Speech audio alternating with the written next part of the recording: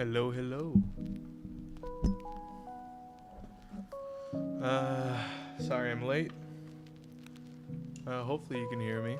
And I don't sound too crazy at the moment. We're back. I just realized I'm holding this. This is not a cigarette. It might look like a cigarette, but it's not a cigarette, it's a pencil. Forgot that I was holding that, in case if anyone is wondering. Okay, hello. Welcome. As you can see, I am late and I am literally scrambling.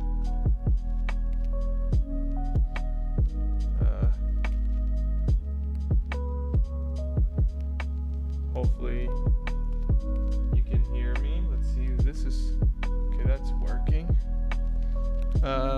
Yeah. Hopefully you can hear me. I sound all right. Sorry I'm late to this Monday stream. For anyone that cares, probably not that many people. I doubt that many people are even watching, to be honest. But it doesn't matter. I'm here for myself, mainly to learn, to give myself some free time to do things that I would like to do and want to do, including jamming the freak out, dude. Let's stop. Pause this music. Yeah, I have an Octatrack. This is a new Octatrack. Just newish. It was an open box Octatrack. I saw it and I decided to buy it. This was kind of a impulsive purchase, mainly because the purchase that was not impulsive, I missed because I wasn't impulsive enough. So because of that, I decided to be impulsive a little bit and decided to be impulsive and buy this. Okay, story is, about a month ago, I looked up in Craigslist to see what people were selling, because there's always, some things and stuff on Craigslist.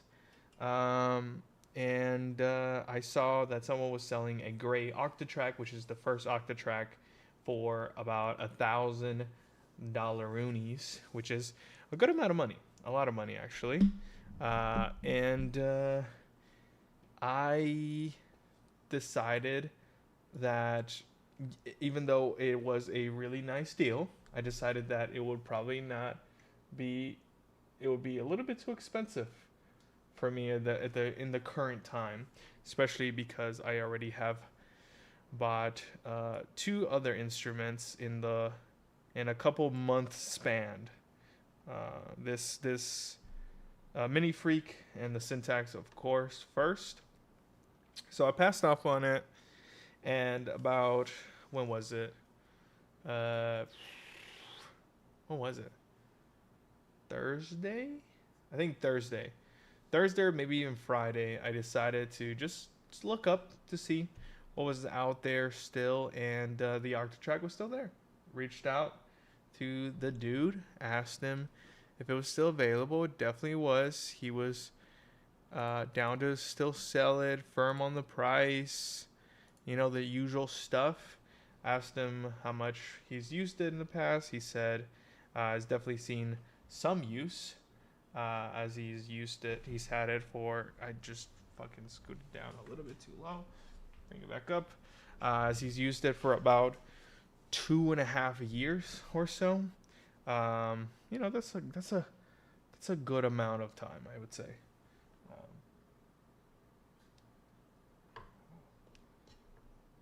I would definitely say that is a good amount of time. And he said in the posting, and he said something about he meticulously took care of this.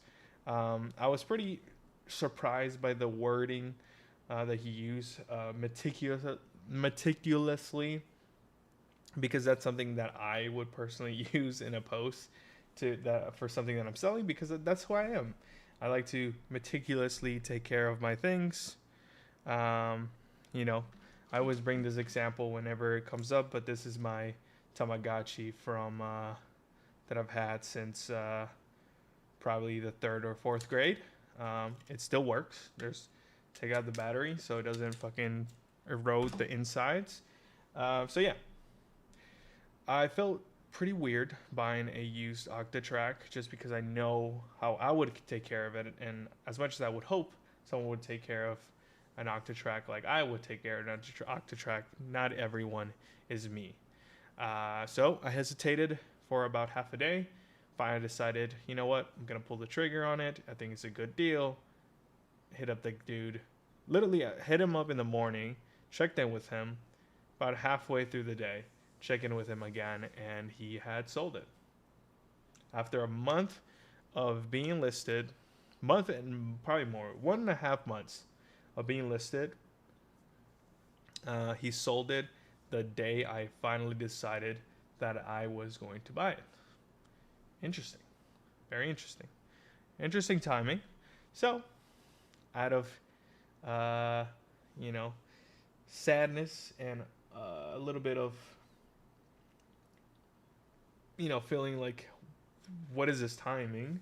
I decided to go on to Guitar Center, and I found an open box Octatrack, and now here it is. Problem is that I don't really know how to use it.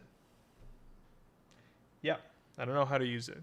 Unlike the Syntag, which so I've seen a lot of videos of people using the Octatrack.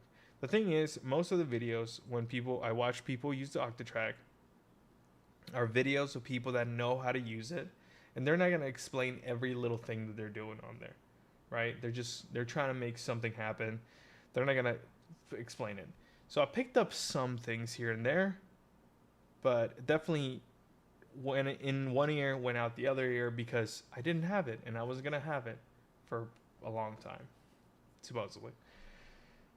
The Syntag, on the other hand, whenever I was doing research to buy this, I watched a lot of fucking videos on this thing, and it's a lot simpler than this. I don't think a lot of people complain that this might be a very hard instrument to learn, or very like complicated on certain things. But I really don't think it can be that hard. I don't really think so, especially after coming from this.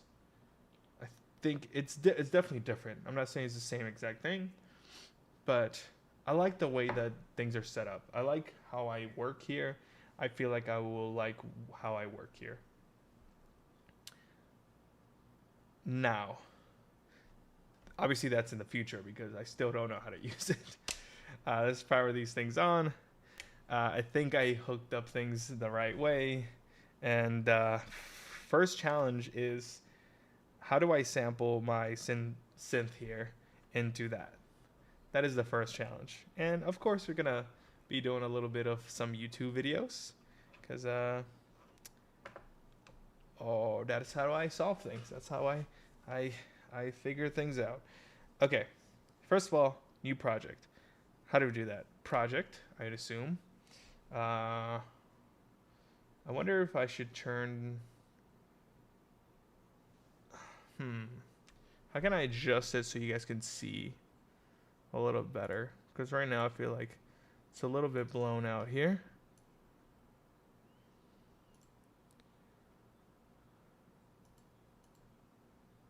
Huh.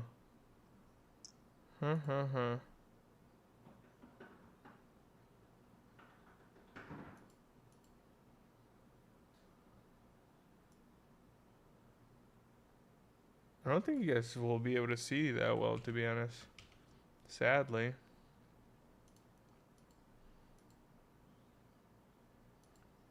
My camera doesn't have that much of a dynamic range, I guess. My camera's not that good, okay? If I were to zoom in a little bit. I need to figure that out. I'll figure that out at some other time. At some other point in time. For right now, we could just leave it as it is. Also, it keeps sliding. Let me go get some chanclas. I'll be back.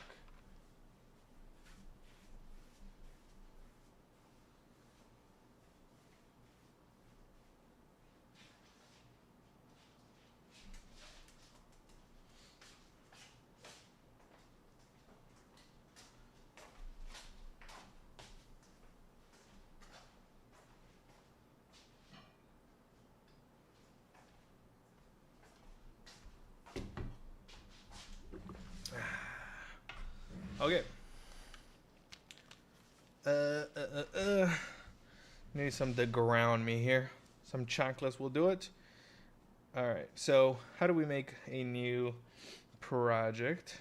I went to the PROJ button, and now I'm gonna go to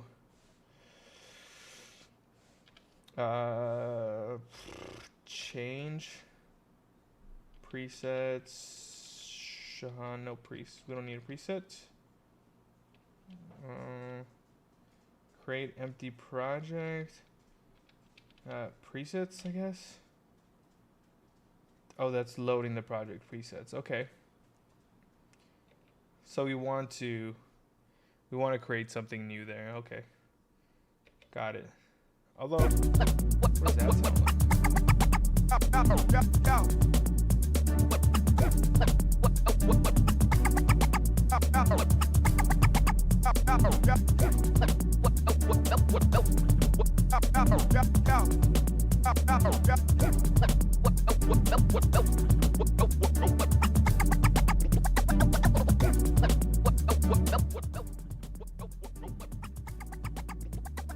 It's interesting. That's kind of cool. I mean, that's the preset. Hey, what's up, Squash? How you doing, dude? That's that's actually really cool. There's so much that I could do now that I have a sampler, but I want to start with the basics of just being able to sample my own shit before I start trying to sample other people's stuff. So that's where we're at. That's the journey we're on. So I'm gonna go to, again, you probably can't see it. You can't see it. You can't. Ooh, you can see it there though. If I were just to move, you kind of see it there. Because everything just goes to shit here.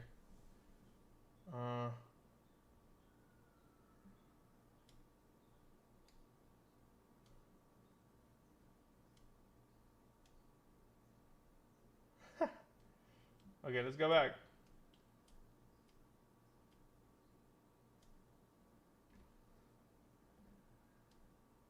Yeah, that'll do. Sorry, I can't fix that right now. Okay. Project change. Yes. Okay, let's look on how do I create one. How do I create a thing? Create empty project. Perfect. Ooh, okay. Now, yes. Boom. I know how to do that. Hello? Milo? I'm working here. I'm working here. Come here. Come here. This damn dog. If he keeps barking, I'm gonna have to go get him. Alright, so, project. I can name it. Let's name it...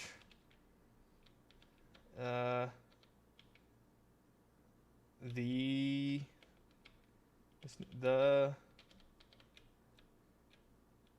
oh,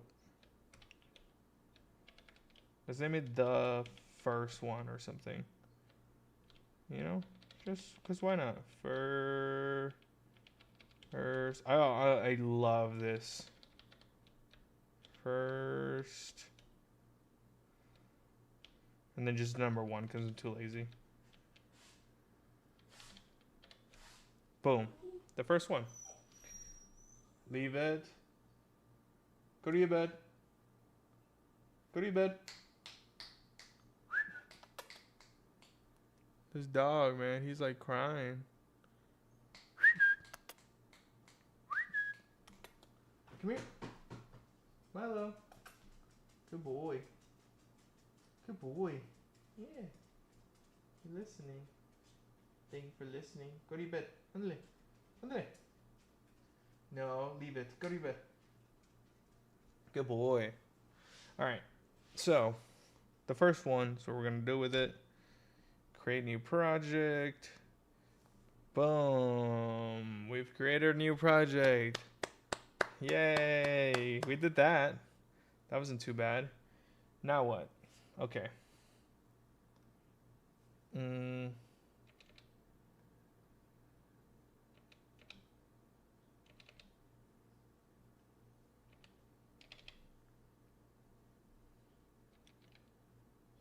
through.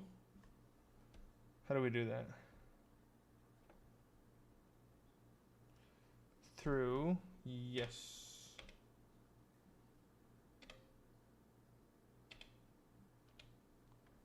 How do we assign? Okay, fuck it. We're going to YouTube, baby.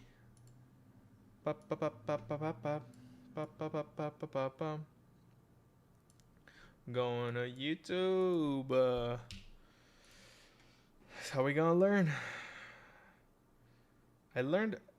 I feel like I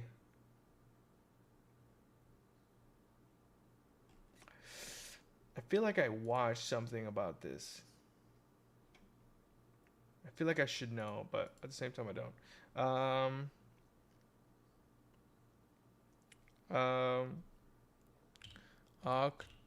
Octatrack record synth. Something like that. I think I will get the video that I need.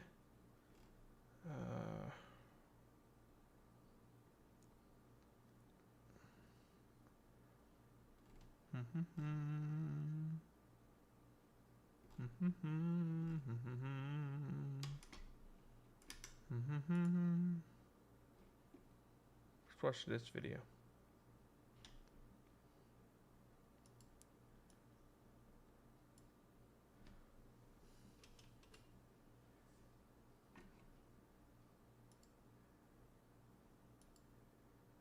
If it ever loads. Hey. Also, I can't hear anything. What's up? Today, I'm going to show you how I like to sample into the record buffers of the Octatrack. There are so many ways you can sample on the Octatrack. This might not even be the most efficient way to sample the way that I'm trying to sample. Okay, I kind of know. Okay. Machine setup. Go to edit. So let's get right into it. I'm going to show you all the settings that you need to use and how I like to set it up. So first what we're going to do is we're going to use a through machine. And I'm using track 3 here. You can see I have inputs plugged into input A and B, and that's a stereo input. And that is set up by setting the through machine to have input A and B active as the input. And then I just crank the volume. In order to get this to work, you're going to want to put a trig down at the start of to input A and B, and that's a stereo input. Okay. So he says through machine input. That's the volume, cuz. This one.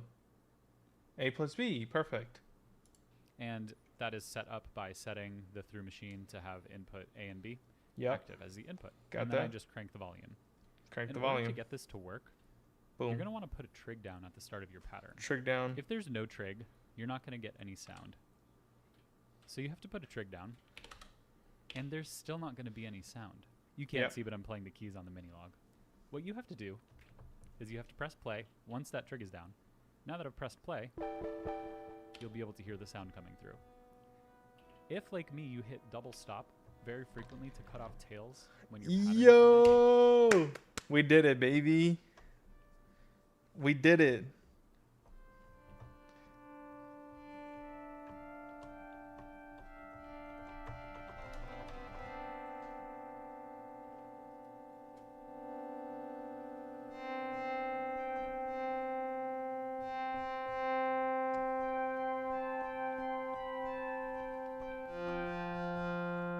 We fucking did it, boys.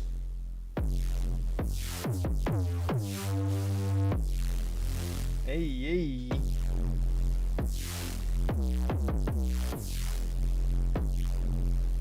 We fucking did it, dude. Step number 1, challenge number 1 achieved. Get audio from here to here. Let's go. Okay. Let's keep going, though. It will cut off the sound. So you have to hit play again. And now the sound will come through. Gotta love the Octatrack. So that's really all we have to do for our through machine. Just put whatever input you want to sample into whatever sample track you want to use. So again, we're using a through machine on track 3. So this determines how we're going to set up the track we want to use to play back what we are recording. And I do this on 2 separate tracks using a through machine, primarily for monitoring purposes. There are different ways to monitor, but again, this is just the way I do it. I record my samples before I construct the rest of my beat. If you do that differently, this might not be the best method for you, but bear with me, I'll explain. So I have track 4 here, and track 4 is set up as a flex machine. So you can see the source is a flex machine, and 4 is the best method for you. But bear with my samples before purposes. There are different ways to monitor, but again, this is just the way I do it. I record my samples before I construct the rest of my beat. If you do that differently, this might not be the best way I do it. I record my samples before I construct the rest of my I record my samples before I construct the rest of my beat. Okay. If you do that differently, this might not be the best method for you, but bear with me, I'll explain. So I have track 4 here, and track 4 is set up as a flex machine. So you can see the source is a flex machine, and that flex machine is assigned to recording buffer 3. So what we want is we want to record from buffer 3, the buffer that How do you get there? 3. And track 4 is set up as a flex machine. So you can see the source is a flex machine, and that... Okay, and then he double tapped it. So flex machine, double tap, and then I want the buffer to be that one, I think. Flex machine is assigned to recording buffer 3. So what we want is we want to record from buffer 3, the buffer that has a track that we're monitoring, because recording buffer 3 is associated with track number 3, and that is going to be played back by track number 4. So we're hearing the track as we sample it on track 3, and it is being played back on track 4. If you notice, I've got track 4 muted, and I've placed down all of these trigs. And I'm doing that so that we can record without the track playing back. Speaking of recording, how do we set that up? Well, first, we want to make sure that we have a metronome set up, and we're going to go into Project, Control, Metronome, and you want to make sure that the pre-roll is set to 1 bar, or however many bars of a count-in you want. And you want to set it to your Q or your main volume, whatever you're using to listen to your sound to monitor, and just make sure that you can hear it. So I'm going to turn the click on. Again, you can shortcut turning the click on by holding function and hitting mix. So off, on. There it is. There's our metronome. Got it. We're at 100 BPM right now. Now we're going to get into the good stuff. And by the good stuff, I mean the confusing stuff. And that is the record menus. So again, we have a track on our through machine so we can hear it. We have a bunch of trigs, which I will get to on track 4, and this is kind of something that I set up beforehand as I was messing with this, and I can show you how I can kind of create some magic as you get your recording sort of plopped into place. But we're going to go into the record menus. So 1, 2, 3. They don't do anything if you just touch them, but you got to hold function and touch them, and then you're going to be brought to the recording setup menus, and we're going to visit all of these menus right now. So I've been playing with these, and I put some settings here, which you can check out so you can mimic these settings. You can set the record length to max. I like to set it to 64, actually, just because then it will cut off when the pattern cuts off. But we're going to put down a one-shot trig that will disengage the recorder once the pattern loops through once, and I'll show you how to do that. I believe these might come with default settings, but I turn input C and D and source 3, which is usually set to main. I turn those off, and I just make sure in AB is set to AV. So that means we're all set up to listen to those 2 inputs. For recording menu 2, this is something that I also do. So you want to make sure that your volume is all the way up on AB. And I don't know how much of a difference this makes, to be honest, but people put these, this is fade in and fade out. I put them at the lowest minimal settings. So just in case there's any sort of clicking that happens as a recording engages, if you've got like a transient that's clipped in a weird way, it kind of prevents that from being picked up. And it's like a negligible difference in terms of how much time it's going to cut off of the recording. So that's always a safe bet to make. Once we're done, we're going to go into the record 3 menu. And this is where we're going to save our recording, because if you power off the Octatrack without saving your recording, you lose everything that's in the buffers, which is very sad because the Octatrack saves everything else through a power cycle, but it doesn't save the recording buffers. So you can make the craziest, coolest bunch of samples, recording all your buffers here, there, every which way, and you just turn it off without thinking because the Octatrack will save it. But no, it doesn't. You have to save that recording buffer, and you can save it to a sample slot. I'll show you how to do that after. So those are our settings. I like to go to the Rec 1 menu, and we're going to put down, we're going to get rid of this trig that I have here, but we're going to put down a recorder trig. We're going to put it on step 1 because that's where we want to start recording. But we also want to turn this into a one-shot trig. You said assign to self? That's where we want to start recording settings. I like to go, you have to save that recording buffer, and you can save it to a sample slot. I'll show you how to do that after. So those are...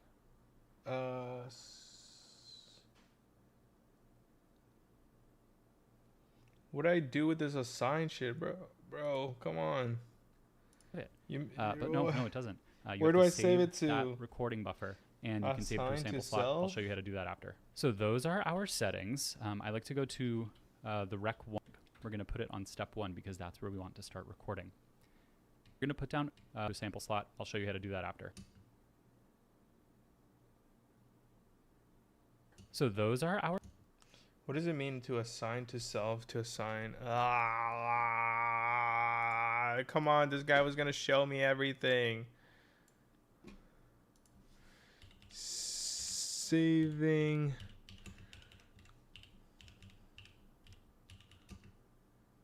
Octatrack.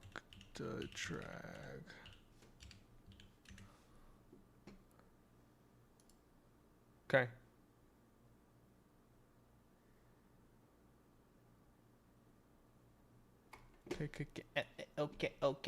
Okay. Can someone give me a tip on how to save the samples I recorded in the Octatrack so I don't lose them when I turned off? Did your Octatrack come with a manual? If not, you can find one online. My suggestion is read.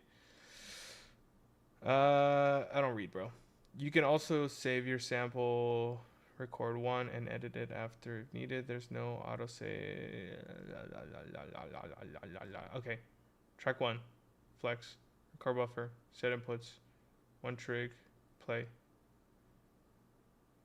Have a capture.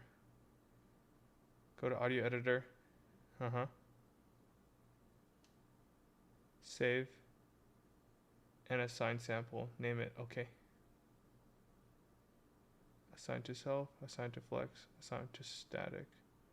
Assign to flex.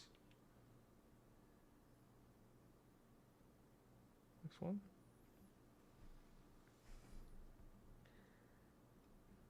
You use save and assign sample. Assign to self to say samples loaded in the. You don't lose it even if you.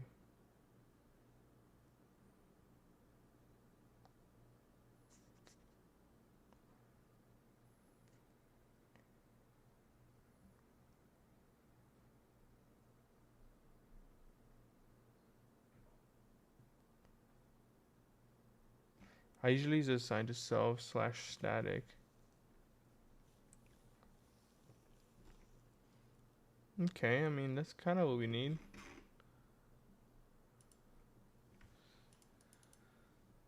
Here, let's just see this.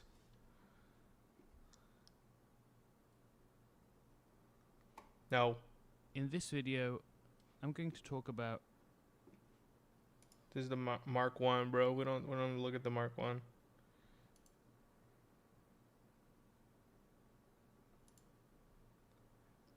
It's the manual. This is the same place we were talking about.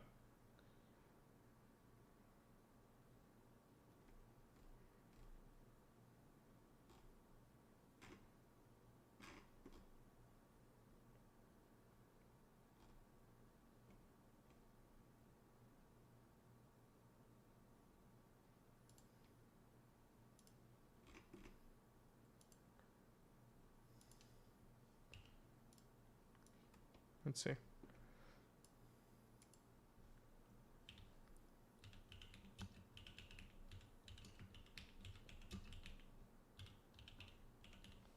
just need someone to explain to me what the difference is between the three, you know? I'm a video person, bro. I can't read for shit. I mean, I can read, but I choose not to. Hey guys, today I want to talk about saving on the Octatrack and how to avoid headaches and losing some of your data. Legend.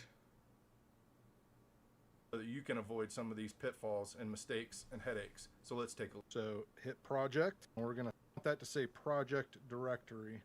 If we change save samples, and we're going to, and under system, we're going to go to personalize, yes, and we're going to scroll down to save samples, and we want that to say project directory. If we change it, it'll say audio pool. If you put them in the audio pool, all your samples will be in one giant, big, long list.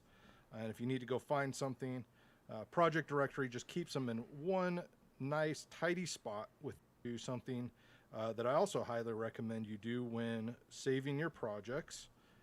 Twofold. One, when you are saving for the first time, I use a template. I highly recommend that everybody uses a template. If you look here, I have my template loaded. And as soon as you load your template, you know you're going to make changes and you're going to start a new project. So I recommend that people right away, they go in and hit Save to New. And that's going to allow you to rename it from your template.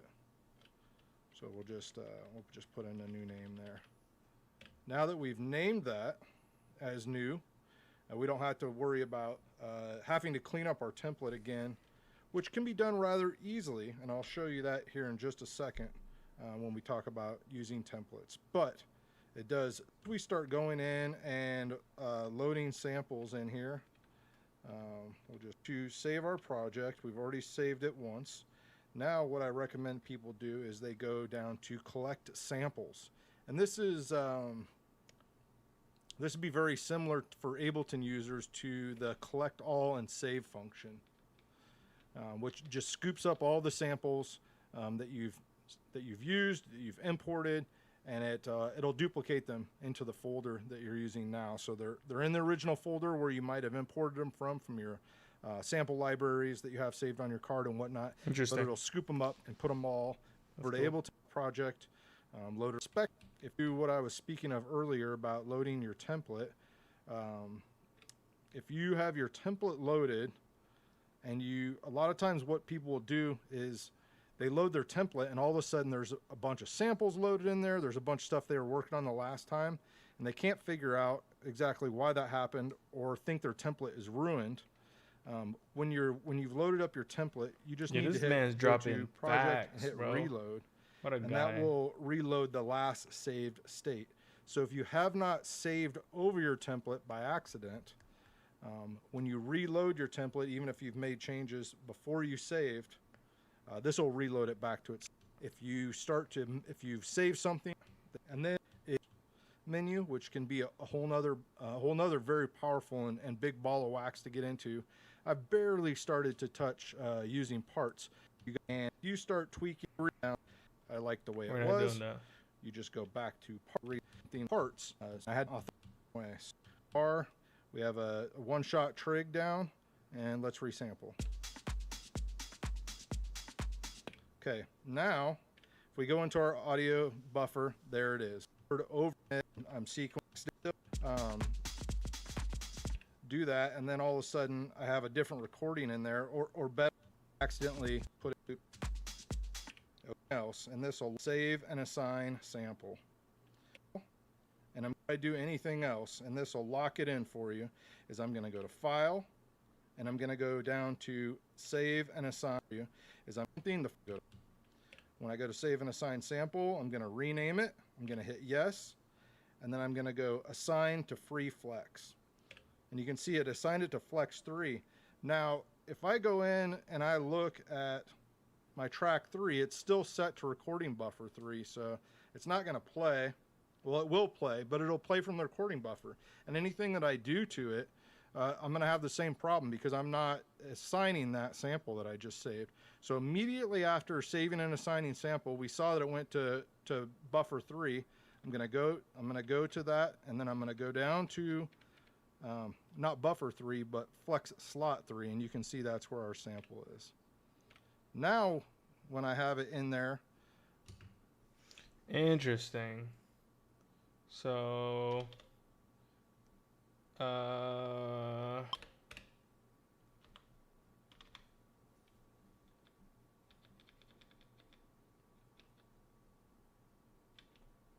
was an error? Oh, that must be it. Okay. Got it. I think I know what it means. All right. Let's do this. Let's start with some simple ass fucking beats, brother. Let's start with some simple ass beats. Why can't I hear anything?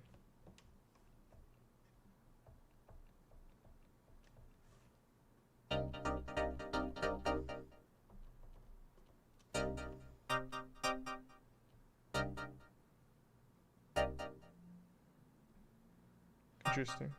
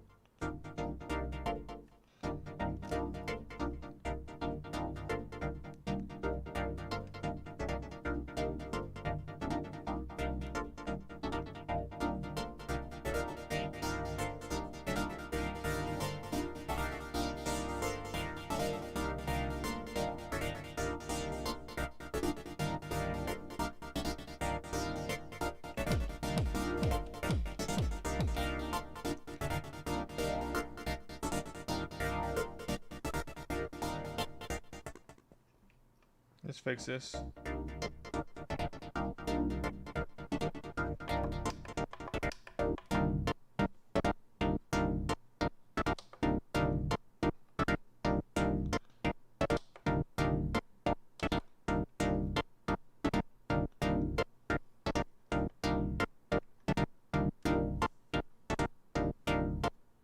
Let's fix that. Let's go to that. Turn it down. Play this.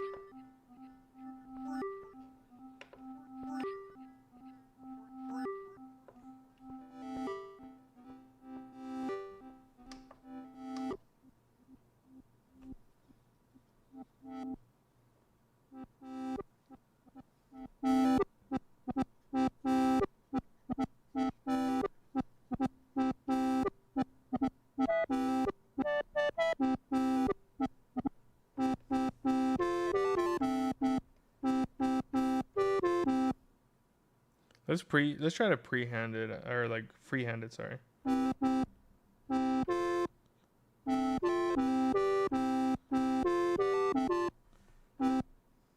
kind of like using the sequencer though.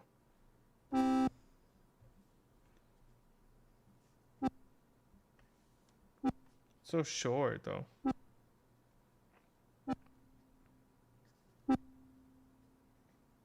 Why?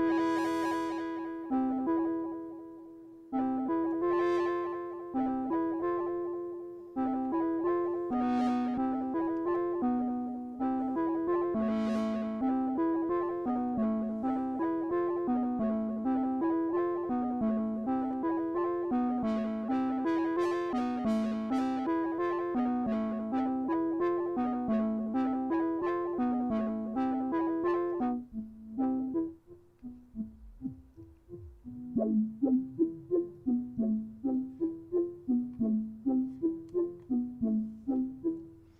like it, but let's try a different sample or different preset.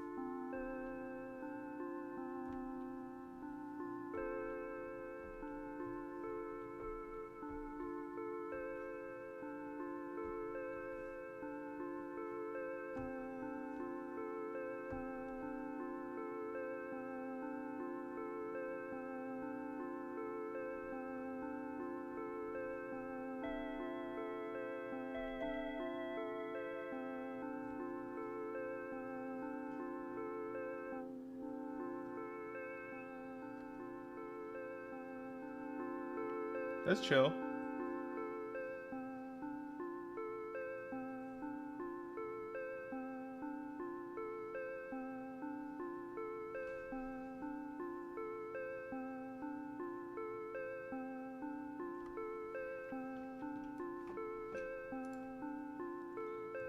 Okay, how do we go about actually recording it? Or settings. I like to go to the Rec 1 menu, and we're going to put down, we're going to get rid of this trig that I have here, but we're going to put down a recorder trig. We're going to put it on step 1 because that's where we want to start recording. But we also want to turn this into a one-shot trig because I only want this to record once. I don't want it to record every time the pattern cycles through because I'm not performing. I'm just sampling to mangle and to play with later. So in order to change that regular trig into a one-shot trig, hold function and press the trig. It turns yellow. It's a one-shot trig. The next thing you want to do is you want to arm your recording trigs. So hold function and hit yes to arm, and you'll see it says arm record track. And you can disarm it by hitting no, rearm it by hitting yes. So what I'm going to do now before we actually record is I'm just going to sort of audition. I'm going to practice what I'm going to play because I suck at the keyboard.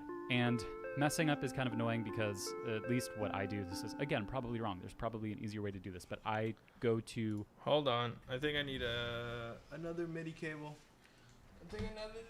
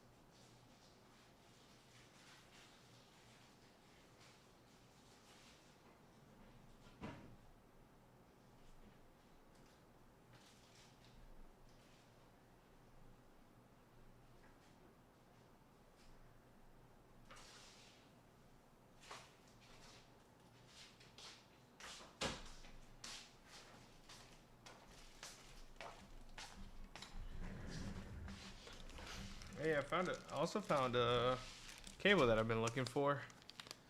Whenever I bought a mini freak. I was like, I'm pretty sure it came with a MIDI to USB, and I finally found it. Boom. Boom. Focus on it instead of me. Come on. Boom. Yeah, that's cool. And then I got a MIDI cable, which I thought I had another one out here, but I guess I didn't.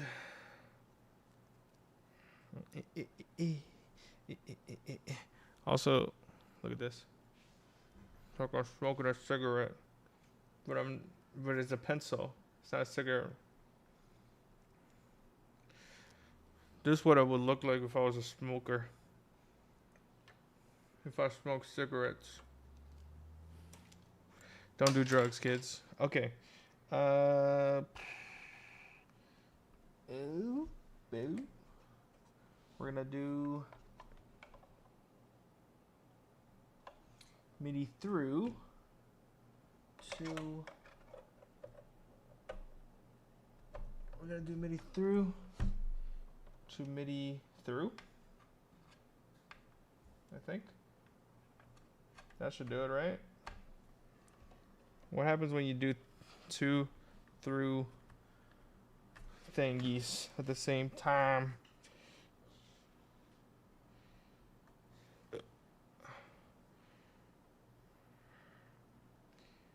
So that's still that. What do we do?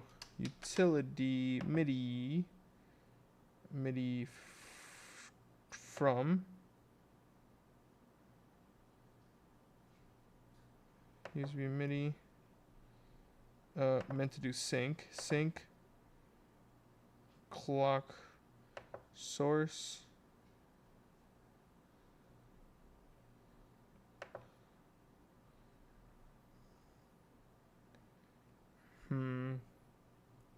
Clock source.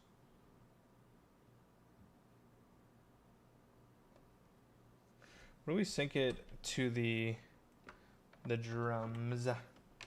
The drums. Because I kind of have it set up where you're leading. You're leading right now. Which is an interesting way to set it up, I think.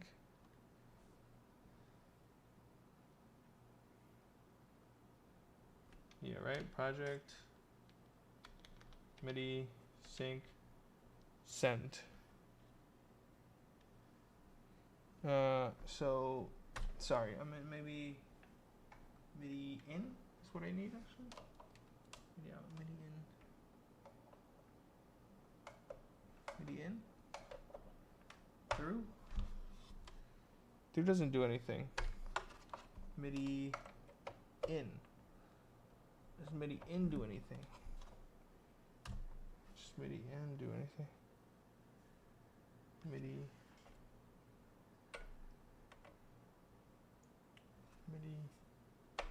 Right?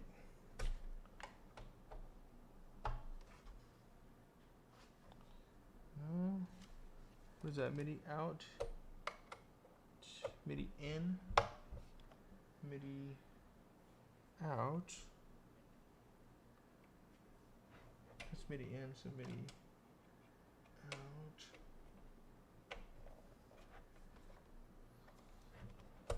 We'll get it. We'll get it. We'll get it. We'll get it.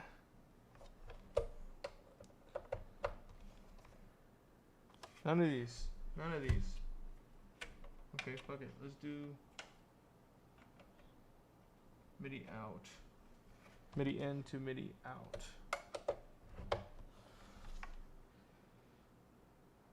No?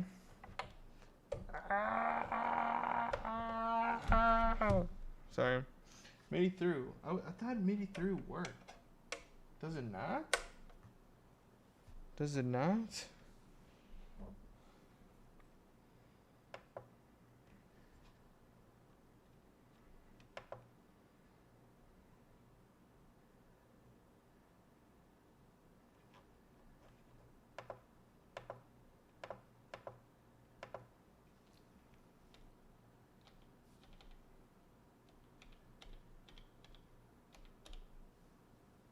So that's not doing anything.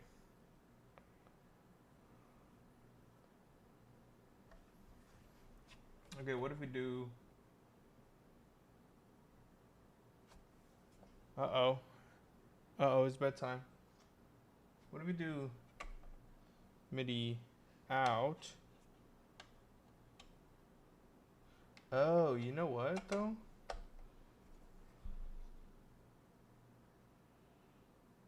Hey, Google, set lights to 25%. Okay, setting 3 lights brightness to 25%. How do we set this up?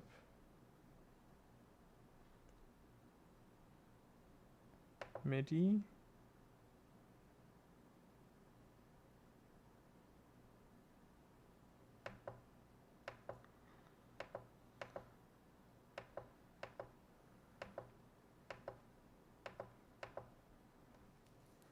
Okay. Okay, let's figure out this first.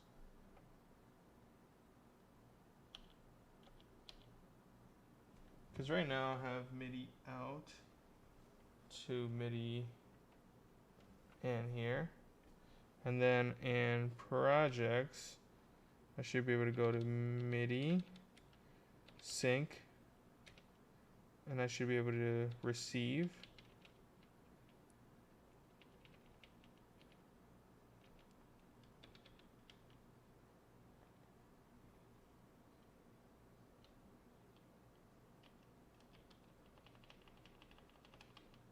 Ah.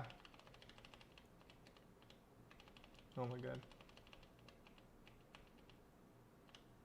Yeah. So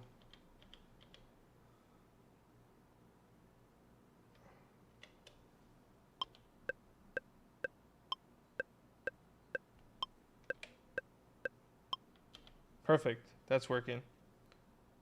Now how come you're not receiving anything?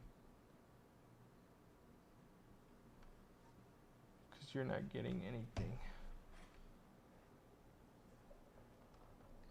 Do something. Me in.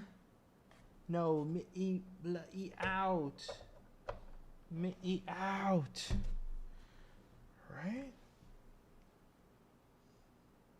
To me in.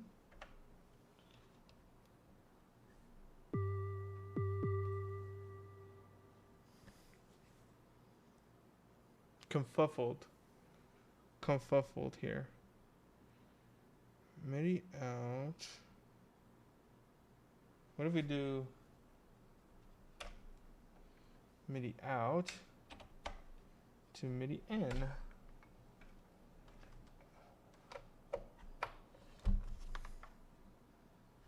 And then do project sync send.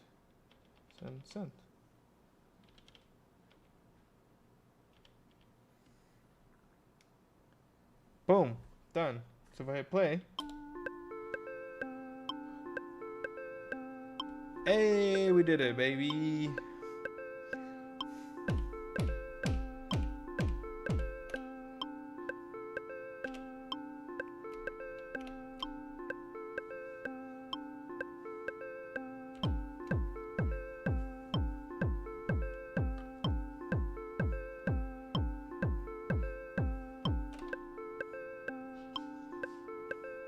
Lovely. Okay, that's armed.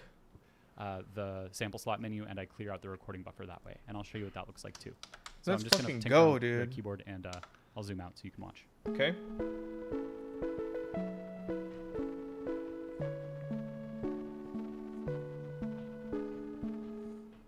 So that That sounds pattern's like the second something half out of, a phrase in the Undertale. song Ironworks by Baths. I've been just teaching myself some stuff on keyboard because I suck at keyboard, and that's one way to get better is to just teach yourself stuff. So we're gonna record that sample, and we're gonna do it right now. And if I mess up, I will show you that as an example. Okay, of how to you record? can clear out your recording It's buffers armed. and start from scratch. How So do I here we go. record?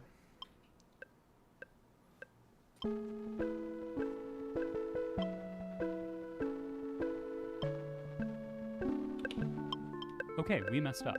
So what we're going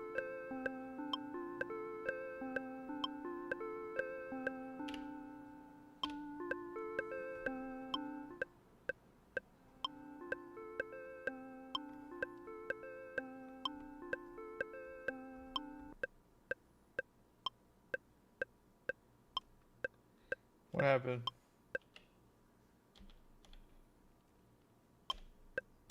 Okay, so we had that. Went to this. We went to arm it. And then we went.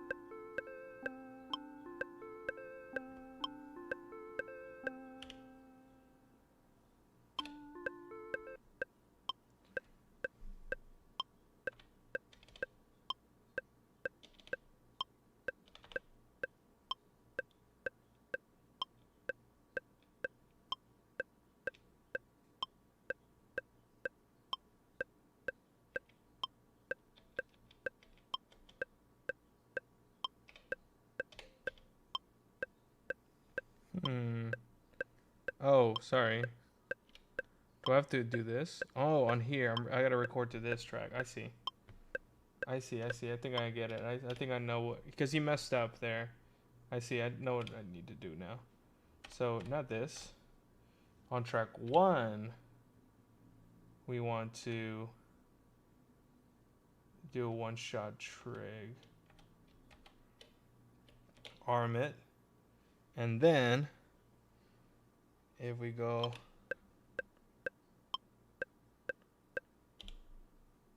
If we go...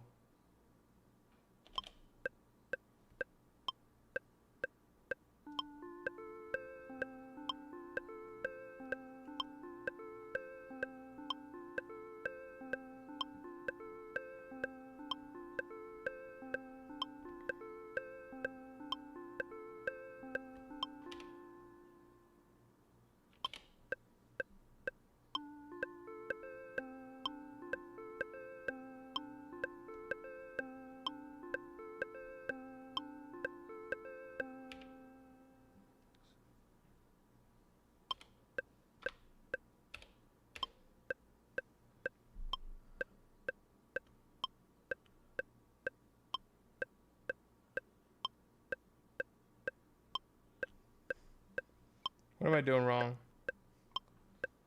Going to do is we're going to go to the sample slot selection, and we're going to make sure we have recording buffer 3 highlighted, and you're going to hold function and hit clear, just as you would with like a pattern or something like that, and then it will say clear all contents of this recording, and you're going to hit yes. That, to my knowledge... Okay, we messed up.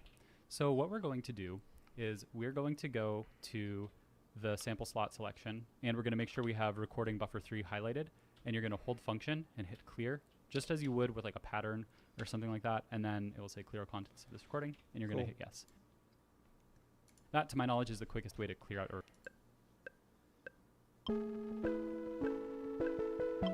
as an example of how you can clear out your recording buffers and start from scratch. So here we go.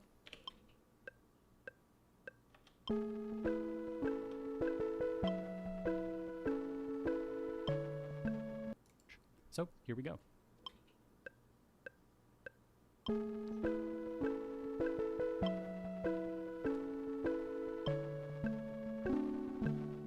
Okay, we messed up. So what we're going to... I'm confused. Just going to tinker on the keyboard, and I'll zoom out so you can watch.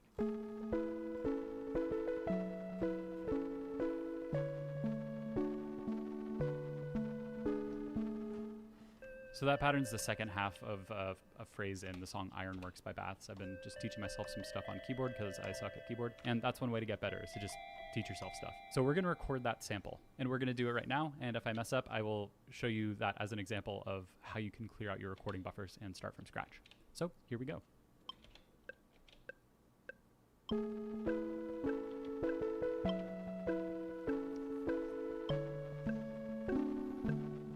Okay, we messed up. So what we're going to do is we're going to go to the sample slot selection, and we're going to make sure we have recording buffer 3 highlighted, and you're going to hold function, this recording, go into the rec menu, make sure that our trig is placed and that it's armed, and we should be good.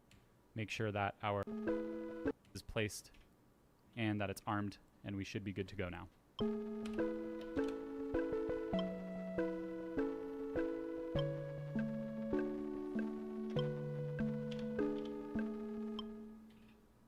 Okay, fantastic. Boop. So now our trig is placed and that it's armed, and we should be good to go now.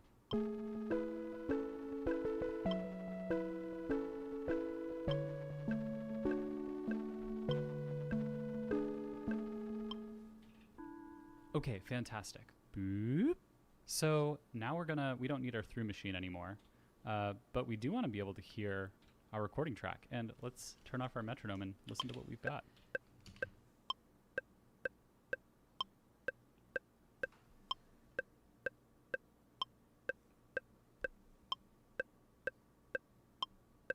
So it's definitely not recording there. So arm.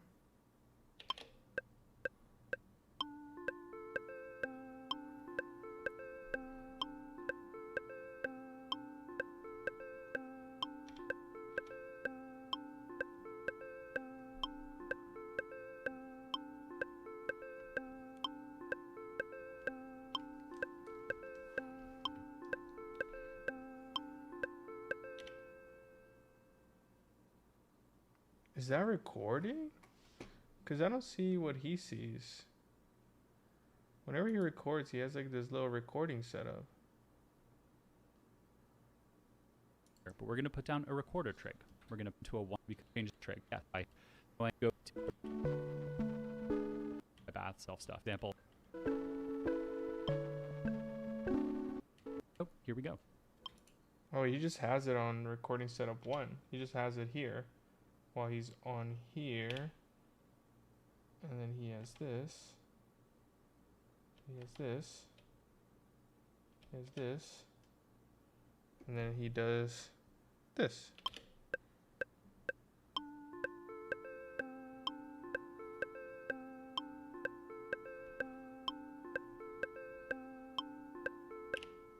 Perfect. Now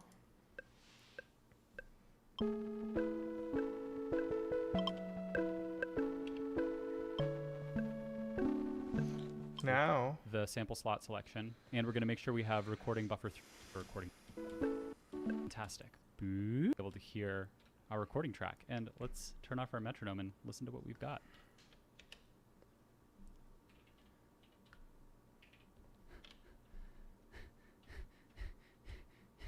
Of course, this is happening now. Aha, I made a mistake. I was recording while I had track 4 selected, so we were recording onto recording buffer 4, even though we had recording 3 selected. Although I suppose what we could do now is go to recording buffer. So is it on here?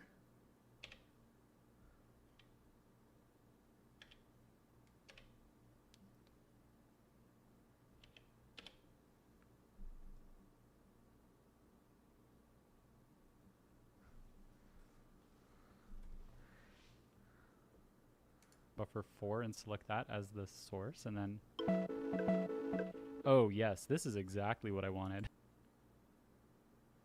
I'm so confused. I'm so confused. I'm so confused. Why isn't that playing? Okay, let's recap. Let's recap. Record menu. By the good stuff, I mean the confusing stuff.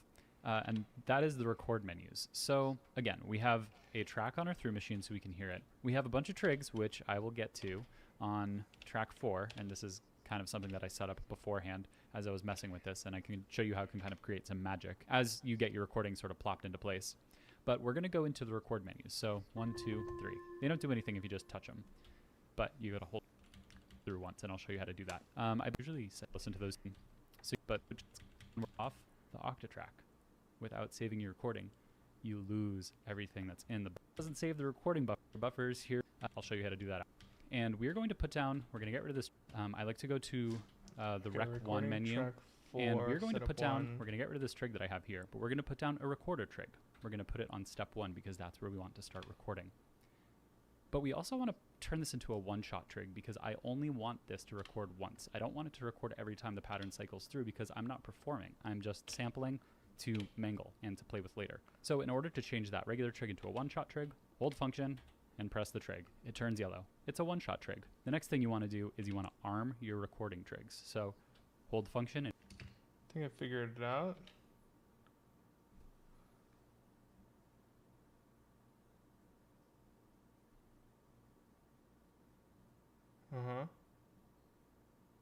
And then I should be able to go here. And then I should be able to go this. Nope. Because, sorry, wrong thing. Here.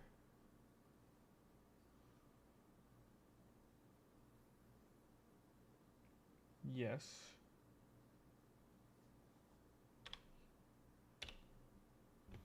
Armed. But then I want to be recording too.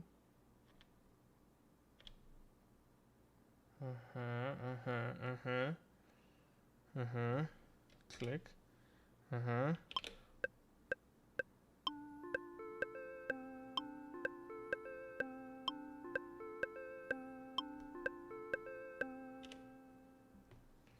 That did not do what I wanted, I don't think. Right?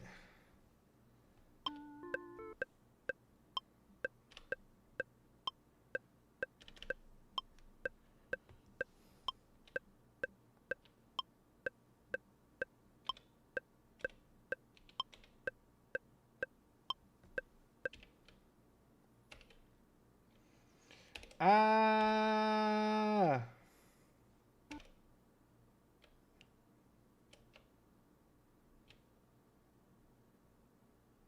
Wait, that did it.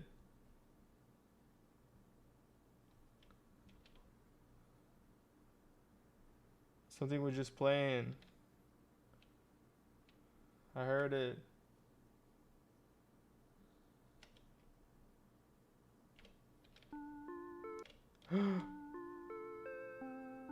We did it! It's on there. It's on there. It's on there. So I recorded it to 2. So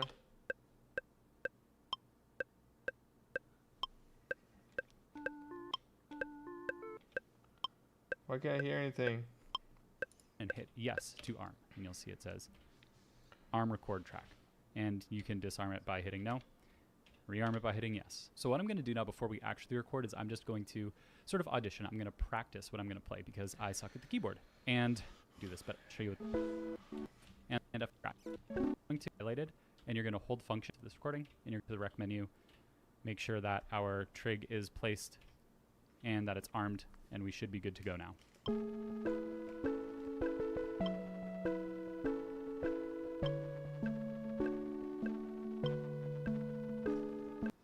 That we're going to make two recording. We're going to have that will be kind of a no to arm, and you'll do trigs on start. Get rid of this trig that I have here, but we're going to put down a recorder trig. I'll show you how to do that after. So those are our settings. I like to go to the Rec 1 menu, and we're going to put down. We're going to get rid of this trig that I have here, but we're going to put down a recorder trig.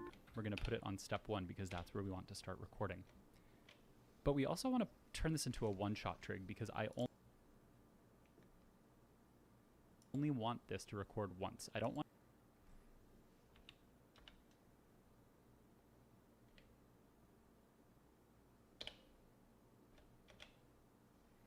it to record every time the pattern cycles through. We can change that regular trig into a one-shot trig, hold function, and press the trig. It turns yellow. It's a one-shot trig. The next thing you want to do is you want to arm your recording trigs. So hold function and hit yes to arm, and you'll see it says. So what I'm going to do, look at the keyboard, there's probably chord notes. That pattern font sample here, what I'm going to do is we're going to go to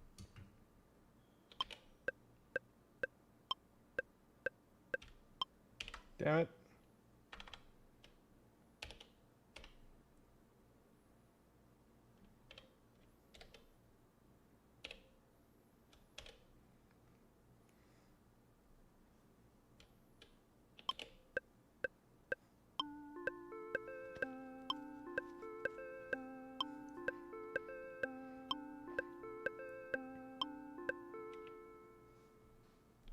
Okay. And hit clear, just as you would with like a pattern or something like a recording buffer.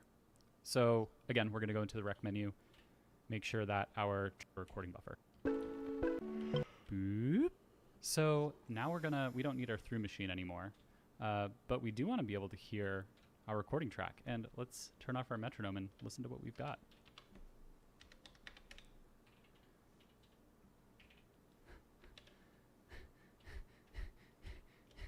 Of course, this is happening now. Aha, I made a mistake. I was recording while I had track 4 selected, so we were recording onto recording buffer 4, even though we had recording 3 selected. Although I suppose what we could do now is go to recording buffer 4 and select that as the source, and then...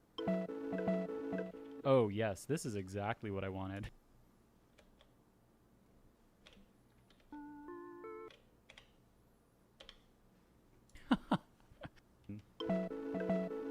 Oh, recording buffer 4 and select that as the source, and then... Oh yes, this is exactly what I wanted. So even go to, we had track 4. Aha, I made a mistake. Recording buffer 4, even though we had recording 3 selected. Although I suppose what we could do now is go to recording buffer 4 and select that as the source, and then... Oh yes, this is exactly what I wanted. The Octatrack excels at making me do. You can sometimes think your way out of the hole. So what I did is, instead of recording to buffer 3, which I wanted to do, which was the through machine that we were on, I was recording because I had track 4 selected.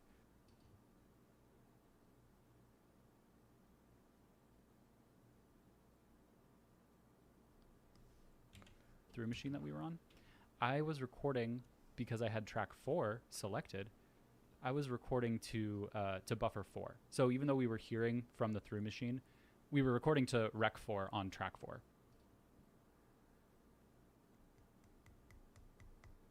Explain it again. Track excels at making me do. You can sometimes think your way out of the hole. So what I did is, instead of recording to buffer 3, instead of recording to buffer 3,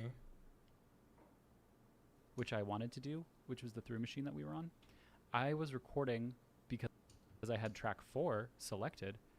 I was recording to buffer 4. So even though we were I see. hearing from the through machine, we were recording to rec 4 on track 4, which we can still hear, which is cool. So if you remember, I had set all of these slots up, and what I want to do is create a slice grid, because that's how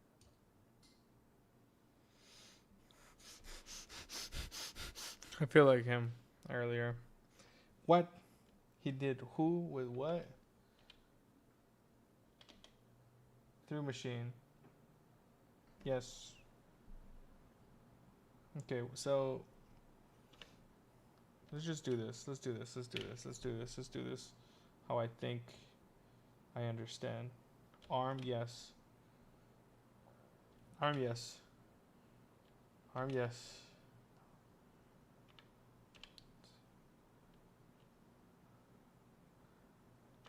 Arm, yes. Why are you not arming? Arm, yes. Arm, yes.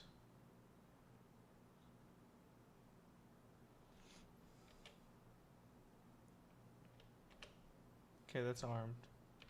But I want to be on this. Go back here. That's still armed. Got it. So now if we go...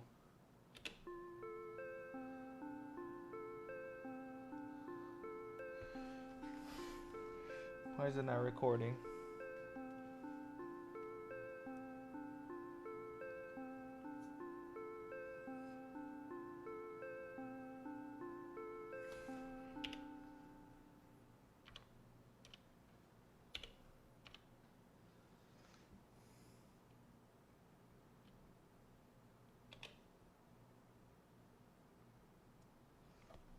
What? sounds chaotic. So I want to create a new. Let's watch another video because this guy's fucking Confusing me. This guy's confusing me.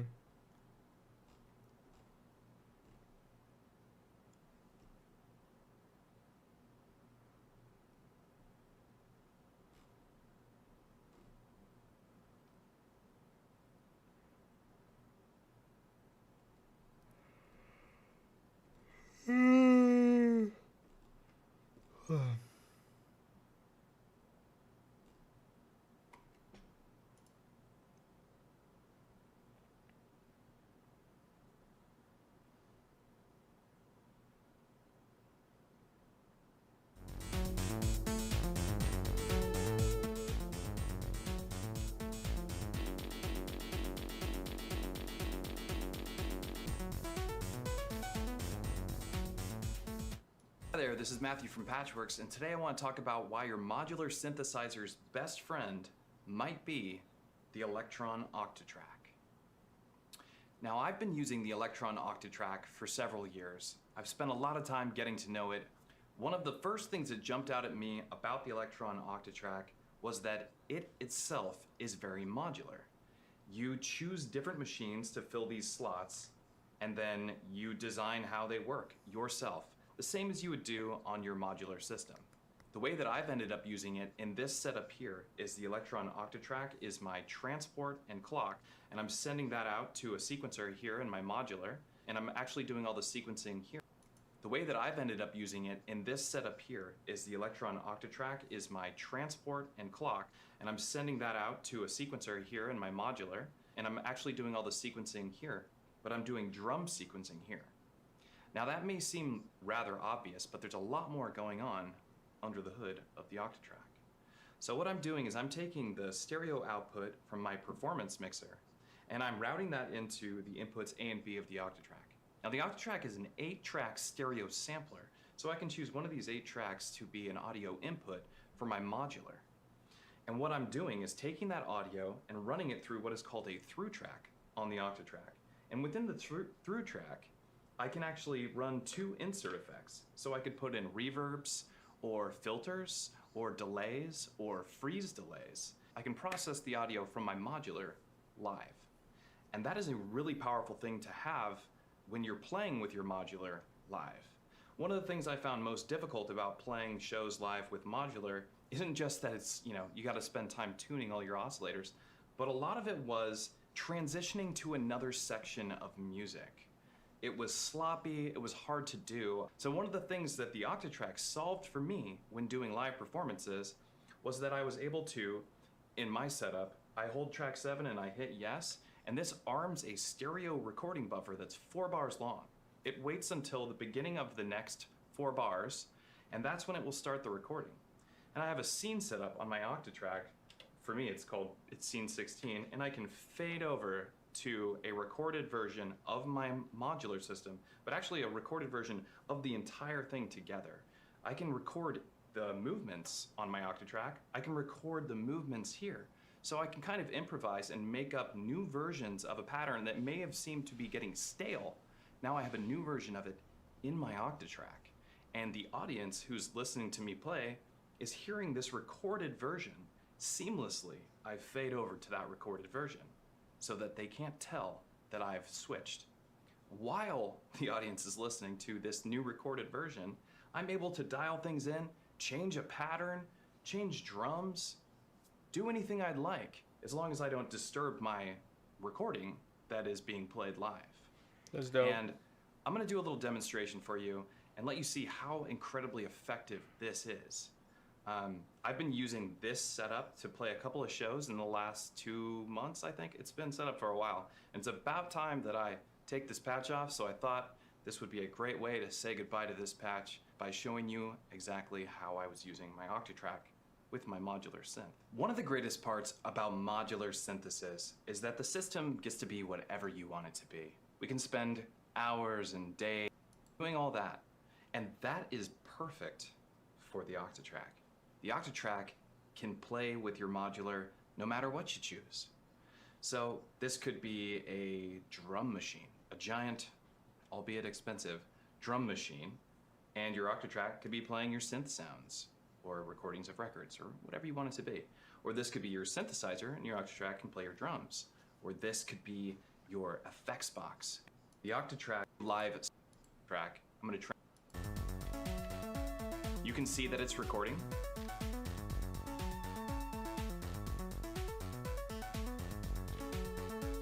Okay, so what I just did is I selected the scene that That's hype as fuck. He's just recording it and then keep that playing while he fucks around with other shit, I and have then set up transitions to over to listen to the that. recording That's and so mute good. everything else.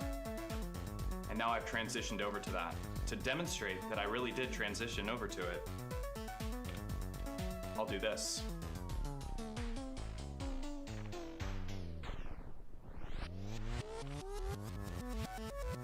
Whoa, now we're playing my modular synth backwards totally seamlessly. Here, watch. Now we'll switch back over to our modular. Whoa. Whoa.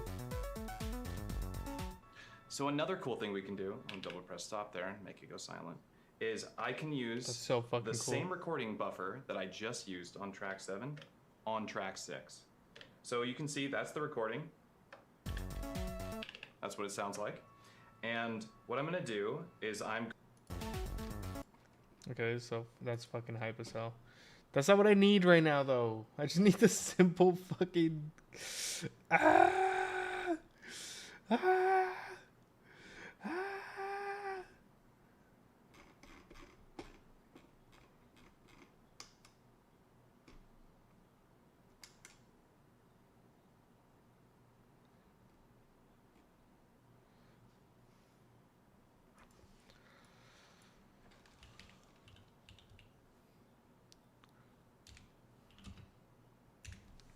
I'm sorry, I'm a fucking actual rant. I literally just, this day one, I have this, okay?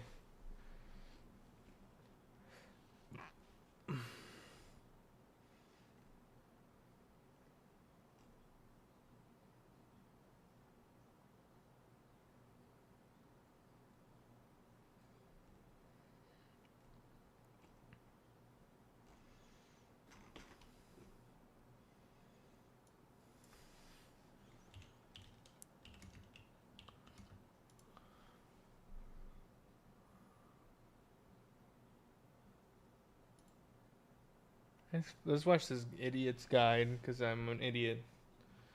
And I need a guide. I need my cigarette to relieve the stress. What is up, dippers, clippers, Bro, and teach me. sample flippers? Thanks for Teach sitting me, down bro, to mess teach with us me. with me this week. Today, I want to continue our nosedive into the instruction manual of the Electron Octatrack Marcus Roman numeral 2 8-track dynamic performance sampler and all-around musician aggravator. And my reason for this is more than just pure masochism. I want to cover the absolute basics of sampling, because while I think that other people have done videos on this topic and I'm sure have explained it rather well, I still get questions from students about how the hell do you get audio into this thing? Where does it go when you save it? How do you move it around? How the hell do I feel Please, confident teach me. sampling on this thing?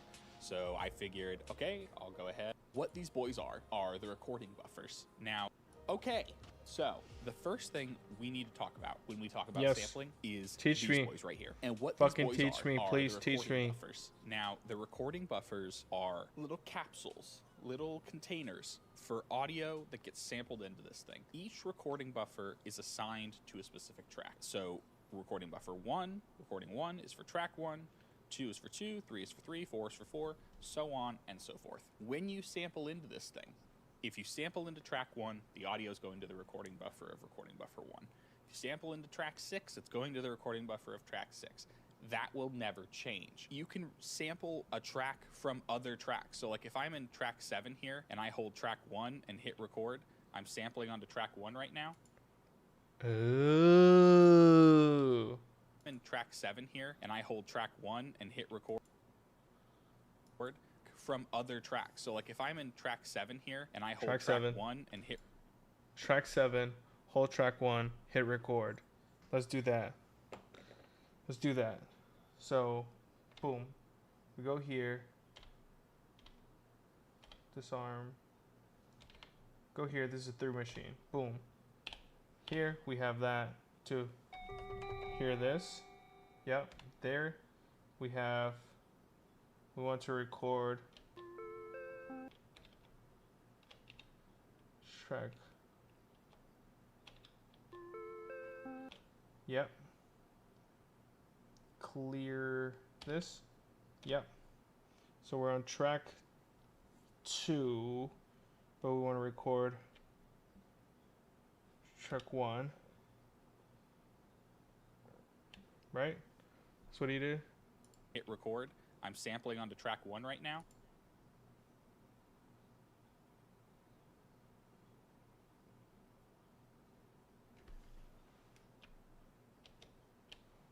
Sampling to track 1. Does that do anything? Okay. So I'm on this one. Boom. Arm. Yes. Oh, this. Yes. Hit.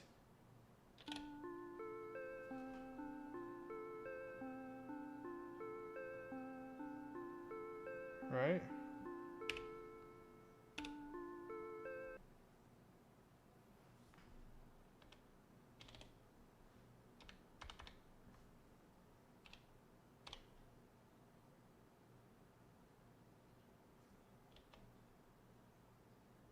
Nothing.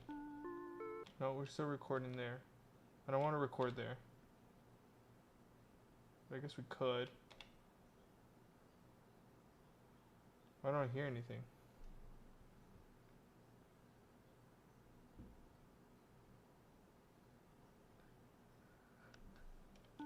No, I don't want that. So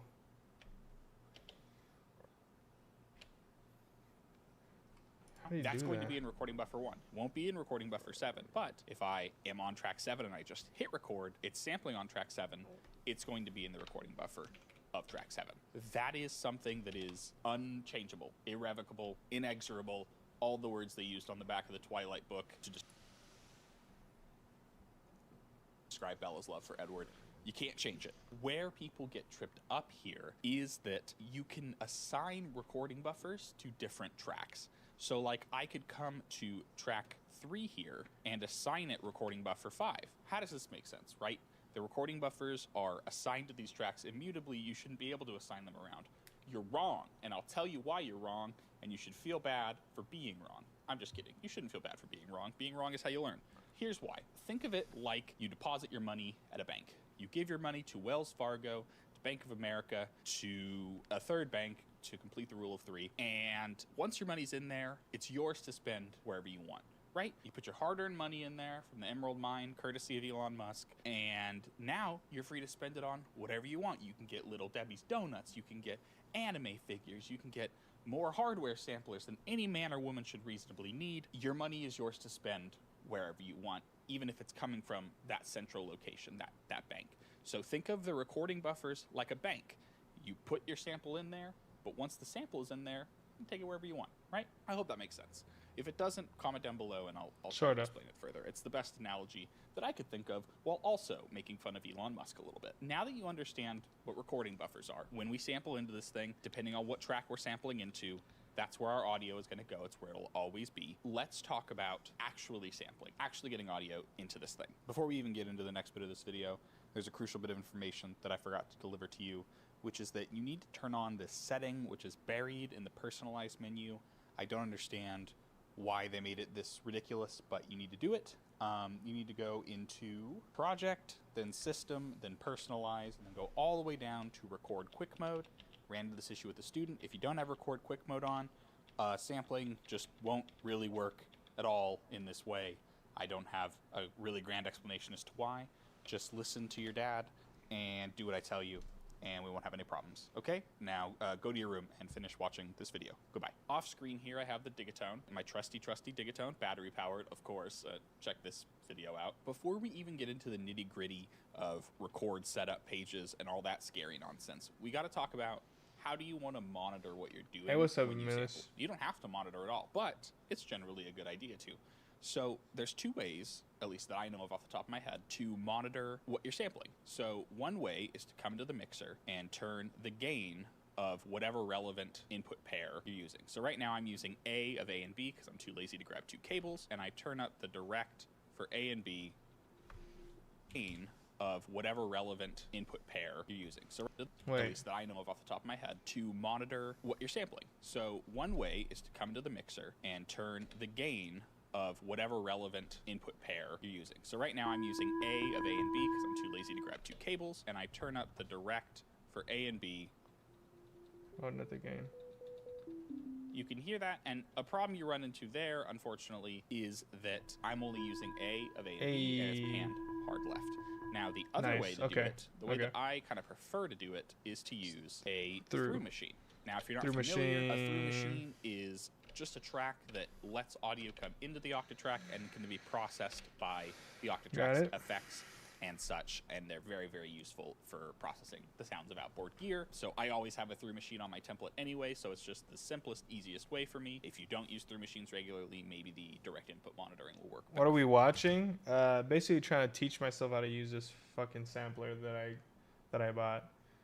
I just bought it, and I literally know I know zero how to use it. Well, a little bit more than zero now. So if you have your through machine, you want to make sure that you choose what source. I just have A and B and C and D chosen. So you need to choose between these two methods. Do you want to do direct monitoring, or do you want to use a through machine? Worth noting that even if you use a through machine, it's not going to sample the effects that the through machine is putting on your device. This is purely for monitoring, because ultimately you're going to be sampling the raw input here. You're not going to be sampling track 5 of your through machine. You're not sampling your through machine unless, of course, you're resampling. Hopefully I'm not getting too convoluted here. Let's back it up a little bit. So let's say, for simplicity's sake, you have decided to use a through machine because you already have one and it's fine and it's easy, and you don't have to deal with the hard panning if you're just using a mono signal. Now what do? Well, there's some settings we have to suss out, because it's the Octatrack, and of course there's 1,000 pages and a billion parameters, and they all make my head hurt, and they scare me, and I'm sad. Don't worry, I'm here to be scared and sad with you. Let's go through them. They're actually not so bad once you kind of understand what each of their purposes is. So we have 3 recording buttons here, recording 1, 2, and 3, and under them we have some lines of text. Setup 1, setup 2, record, edit. We are concerned with setup 1 at the moment. So we're going to hit function and setup 1, and now we are in the settings for our recording. And this is crucial because this is telling the Octatrack, what do I want you to listen to? How long do I want you to listen to it for? How do I control the sampling? So like, how do I engage and disengage the sampling? And then some minor like playback settings. And it's really not so bad. Let's just break it down. I think by the end of it, it won't seem so daunting. I want to start with NAB, NCB, and source 3.